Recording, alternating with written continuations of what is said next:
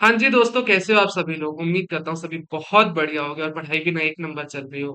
ठीक है, आज ना सीधे सीधे टॉपिक पे आते हैं। Tax planning, tax avoidance, evasion and गार। टैक्स प्लानिंग क्या होता है? अपनी टैक्स लायबिलिटी को कम करना through taking legitimate advantages of exemptions and deductions। exemptions और deductions को ढंग से यूज करके अपनी टैक्स लायबिलिटीज को कम करना टैक्स प्लानिंग होता है। फॉर एग्जांपल, चैप्टर 6 के डिडक्शन ढंग से यूज करो, 54 के डिडक्शन ढंग से यूज करो, या फिर new tax regime, old tax regime, इन सबको ढंग से यूज करना ताकि आपका टैक्स लीगली कम हो सके। उसको टैक्स प्लानिंग बोलते हैं। टैक्स इवेजन क्या होता है? आपने इलीगली कोई जबरदस्ती खर्चे डाल दी कैश में, सेल्स उड़ा दी कैश वाली, या फिर फेक एक्सपेंसेस कर दिए, बोगस बिल ले लिए। ये सब जो आप इलीगल तरीके से करते हो ना, आप टैक्स चुराने के लिए, इसको टैक्स इवेजन बोलते हैं। टैक्स मैनेजमेंट, जब भी टैक्स मैनेजमेंट दिमाग में आए, टाइमली कंप्लायंस ऑफ लॉ आना चाहिए। ठीक है, टाइमली कंप्लायंस, या जब भी टाइम की बात आई कंप्लायंस की, वहां मैनेजमेंट है। जहां डिडक्शंस की बात आएगी वहां पे प्लानिंग है। डिफरेंस याद रखना। तुमने रिटर्न टाइम पे फाइल किया, डिपॉजिट टीडीएस टाइम पे किया, एडवांस टैक्स टाइम पे भर दिया, तो यहाँ तुम टैक्स प्लानिंग कर रहे हो कि टैक्स मैनेजमेंट कर रहे हो? यहाँ तुम टैक्स मैनेजमेंट कर रहे हो, ऊपर प्लानिंग कर रहे थे। ठीक है। अवॉइडेंस, लॉ ने कुछ कह दिया, ठीक है, तुमने उसके ड्राफ्टिंग एरर्स का ना लूप होल पकड़ा और अपने टैक्स रिडक्शन के लिए यूज किया। यानी taking advantage of loopholes in drafting mistake in law to reduce the tax liability. जैसे वोडाफोन ने क्या किया था, इंडिया के बाहर किसी एसेट को बेच दिया जो कि इंडिया में टैक्स नहीं था पहले, लेकिन कायदे से इंडिया में टैक्स लगना चाहिए, तो ड्राफ्टिंग एरर का एडवांटेज उठाया ताकि टैक्स बच जाए। इसलिए उसको टैक्स अवॉइडेंस कहते हैं। ये चैप्टर नगार जो आगे पढ़ने वाले हो आप, ये फोकस करेगा इस टैक्स अवॉइडेंस को। टैक्स अवॉइडेंस जो होता है ना, टैक्स अवॉइडेंस दो तरीके से रोका जा सकता है। या तो स्पेसिफिकली आप रूल्स बना दो कि ये ट्रांसफर नहीं हो सकता, इस ट्रांसफर को हम वॉइड मान लेंगे, या ये ट्रांसफर मत करो टैक्स अवॉइडेंस के लिए। या तो आप जनरल रूल्स बनाओ। भाई स्पेसिफिक कितने ही बना लोगे, कितने बना लोगे? लोग तो देखो चोर है, ठीक है, लोग चोरी करेंगे टैक्स की। तो लोगों के लिए ना कुछ जनरल रूल्स बनाने थे, जनरल रूल्स बनाने ताकि आप टैक्स चोरी रोक सको, टैक्स का अवॉइडेंस, यानी लॉ का मिस इंटरप्रिटेशन या फिर लॉ के ड्राफ्टिंग एरर्स में गलतियां ढूंढने वालों को आप पकड़ सको। जनरल रूल्स ऐसे बनाने थे। जनरल रूल्स बनाए कैसे कैसे, क्या क्या बनाए, उस पे आते हैं। जनरल रूल्स किसके किसके ऊपर एप्लीकेबल है उसके बारे में बात करते हैं। जिसने भी ना टैक्स बेनिफिट 3 करोड़ से ऊपर के लिए, ठीक है, 3 करोड़ से ऊपर के टैक्स बेनिफिट लिए उसके ऊपर गार के रूल्स लग जाएंगे। कहता है गार के प्रोविजंस असेसमेंट ईयर 18 19 से उसके बाद से लगेंगे। गार के प्रोविजन किस पे नहीं लगेंगे? जो एफ आई इंडिया में इन्वेस्ट करते हैं प्रायर अथॉरिटी के बाद with no D T double A benefit taken, उन सब के ऊपर भी गार नहीं लगेगा। कहता है investment by non resident in offshore banking unit in derivative financial instruments, इन सब के ऊपर भी गार नहीं लगेगा। तो सर लगेगा किस पे? कहता है जो भी ना इम्परमिसिबल अवॉइडेंस एग्रीमेंट करता है, ठीक है, इम्परमिसिबल अवॉइडेंस एग्रीमेंट क्या होता है? ऐसा एग्रीमेंट बोलो, ट्रांजैक्शन बोलो, अंडरस्टैंडिंग बोलो, स्कीम बोलो, ऐसी इम्परमिसिबल अवॉइडेंस एग्रीमेंट स्कीम करता है ना, जिसके जिसके अंदर ये 5 कंडीशन हो, ये 5 में से कोई भी एक चीज हो, प्लस टैक्स बेनिफिट हो रहा हो।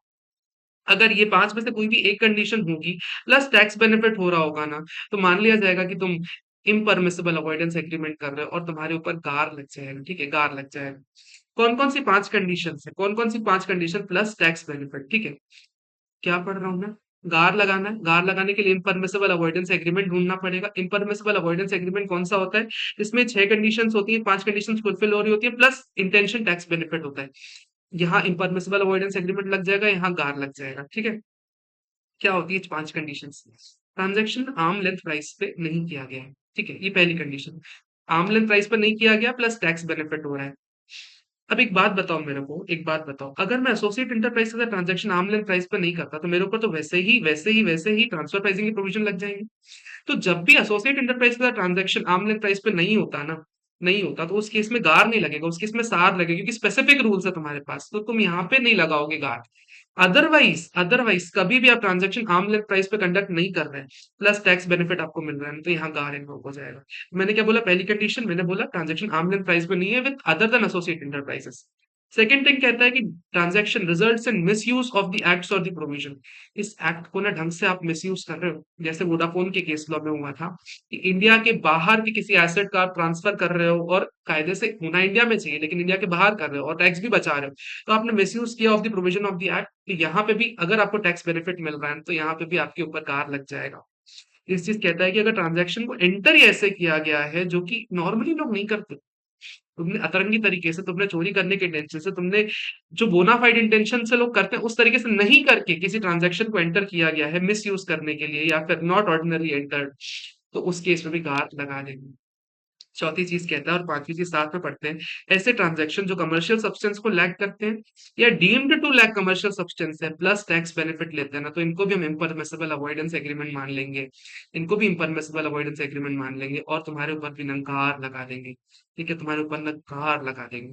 तो कौन कौन से ट्रांजेक्शन कमर्शियल सब्सटेंस लैक करते हैं, deem to commercial substance lack करते हैं, उसके बारे में बात करते हैं। सबसे पहले जहां पे ना location of the asset, transaction and place of residence है ही ऐसा कि आपको टैक्स का एडवांटेज मिल जाए।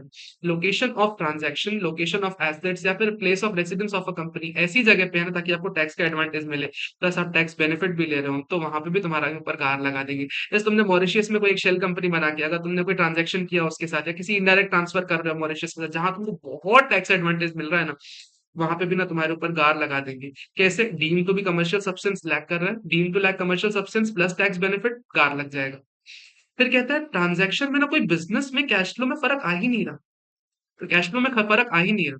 फॉर एग्जाम्पल, मैंने मॉरिशस में कंपनी इनकॉर्पोरेट की, उस कंपनी ने 1 करोड़ रुपए की मशीनरी रेंट पे ले ली और उसी रेंट वाली मशीनरी को इंडिया में भेज दिया 10 करोड़ रुपए में। अब वो कंपनी नाजायज 9 करोड़ रुपए एक्स्ट्रा कमा रही है, ठीक है, 9 करोड़ रुपए जबरदस्ती के एक्स्ट्रा कमा रही है, तो उस 9 करोड़ को एक्स्ट्रा कमाने में कोई कैश फ्लो में फर्क नहीं आ रहा। तो इस ट्रांजैक्शन में भी ना deemed to lack commercial substance है, deem to lack commercial substance है प्लस टैक्स बेनिफिट हो रहा है, तो इम्परमिसिबल अवॉइडेंस एग्रीमेंट बन जाएगा और उसके ऊपर गार लग जाएगा। Round tripping of transaction to obtain tax benefits, उस कंपनी ने एसेट्स खरीदे, ठीक है, इंडियन एसेट्स खरीदे, कोई भी डिविडेंड ले लिया बेच दिया ताकि वहां पे इनकम ज्यादा हो जाए, इंडिया में इनकम कम हो जाए, ऐसे राउंड ट्रिपिंग कर दी उसने ट्रांजैक्शन की, प्लस टैक्स बेनिफिट ले लिया उसने, तो उसमें भी इम्परमिसिबल अवॉइडेंस एग्रीमेंट बन जाएगा, वहां पे भी गार लग जाएगा। कहते हैं अकोमोडेटिंग पार्टी, ताकि टैक्स बेनिफिट कर सको ऐसे ट्रांजैक्शन में भी हम deemed to lack commercial substance हो जाएगा। जैसे फॉर एग्जांपल एक्स लिमिटेड के बहुत सारे प्रॉफिट्स है, सब्सिडरी के बहुत सारे लॉसेस है, तुमने सेट ऑफ कर दिया लॉसेस ताकि तुम नेट में टैक्सेस बचा पाओ, तो इसको भी ना हम अकोमोडेटिंग पार्टी को प्लस टैक्स बेनिफिट अगर देखोगे तो इसको भी इम्परमिसिबल अवॉइडेंस एग्रीमेंट मान लेंगे, इस पे भी गार लगा देंगे। कहता है अगर कोई ट्रांजैक्शन जिसपे कोई कोई कोई काउंट कोई कैंसलिंग इफेक्ट है, कैंसलिंग इफेक्ट है। कैंसल इफेक्ट क्या होता है? मैंने अपने दोस्त की वाइफ को एक घर गिफ्ट कर दिया और उसी दोस्त ने ना मेरे बेटे को कोई ना कोई गिफ्ट कर दिया, तो हो क्या रहा है, सब्सटेंस में तो हमने एक दूसरे को देके वापस ले लिया, लेकिन फायदा एक दूसरे का हो जाता है, कई बार एक दूसरे का फायदा हो जाता है इसमें। तो इसको भी अगर हम टैक्स बेनिफिट के साथ क्लब कर दे तो ये भी इम्परमिसिबल अवॉइडेंस एग्रीमेंट बन जाएगा, इसलिए इसमें भी गार लग जाएगा। इसमें कहता है time period, facts of the payment किए गए कि नहीं, एक्सेट रूट सामने वाले को मिला कि नहीं मिला, ये सब इररिलेवेंट है। ये सब इररिलेवेंट है। अगर उसको लगता है कि ट्रांजैक्शन लैक्स कमर्शियल सब्सटेंस है तो टाइम, पेमेंट या फिर पीरियड कुछ भी मैटर नहीं करता, वो सारे के सारे लैक कमर्शियल सब्सटेंस हो जाएंगे। अगर टैक्स बेनिफिट के साथ मिल गया तो इम्परमिसिबल अवॉइडेंस एग्रीमेंट बन जाएंगे और उनके ऊपर गार लग जाएगा।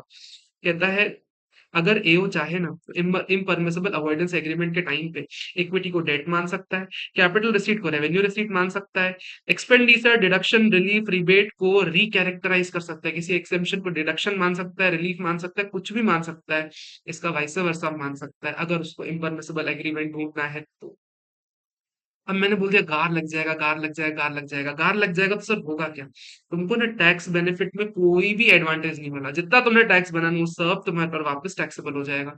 एंड मैं एक और बात बता दूं, तुम्हारा ट्रांजैक्शन एज द होल को ना पूरी तरह से डिसरिगार्ड कर देंगे, ट्रांजैक्शन पूरी तरह से डिसरिगार्ड कर लेंगे। ऐसा मान लिया जाएगा कि आपने कभी ट्रांजैक्शन किया ही नहीं है, आपने कभी ट्रांजैक्शन किया ही नहीं है, ऐसा मान लिया जाएगा। और कहता है जितनी भी आपकी अकोमोडेटिंग पार्टीज है ना जिसके थ्रू आपने ट्रांजैक्शन किया उसको हम अलग मानेंगे नहीं, हम मानेंगे कि वो तुम्हारा ही हिस्सा है। कहता है कि तुम्हारी जितनी कनेक्टेड पार्टी है, तुम्हारी सब्सिडरीज, एसोसिएट्स, उन सबको भी हम एक ही मान लेंगे। तो मैंने क्या बोला, ध्यान से सुनो। अगर हमने टैक्स प्लानिंग कर रखी है, टैक्स प्लानिंग कर रखी है ऐसी कि हमको अवॉइडेंस हो रहा है टैक्स का, उसमें प्लस टैक्स बेनिफिट मिल रहा है, टैक्स बेनिफिट के साथ 5 कंडीशन कोई भी एक सब कंप्लाई हो रही है, उससे क्या बन जाएगा, इम्परमिसिबल अवॉइडेंस एग्रीमेंट। जहां इम्परमिसिबल अवॉइडेंस एग्रीमेंट बन गया वहां गार लग जाएगा। जहां गार लगा उस ट्रांजेक्शन में टैक्स बेनिफिट पूरे खत्म हो जाएंगे और खत्म होने के बाद मान लिया जाएगा कि पूरे ट्रांजेक्शन को हम नलीफाई मानेंगे, हम मानेंगे ट्रांजेक्शन कभी हुआ ही नहीं था और अकोमोडेटिंग पार्टी और कनेक्टेड पार्टी को एक मान लेंगे। ठीक हो गया? इसके बाद आपको पूरा गार कवर हो गया, पूरा टैक्स प्लानिंग कवर हो गया। अगर वीडियो अच्छा लग रहा है ना इसको लाइक कर देना, अपने दोस्तों के साथ शेयर करना और पेपर अच्छे से करके आना। All the very best.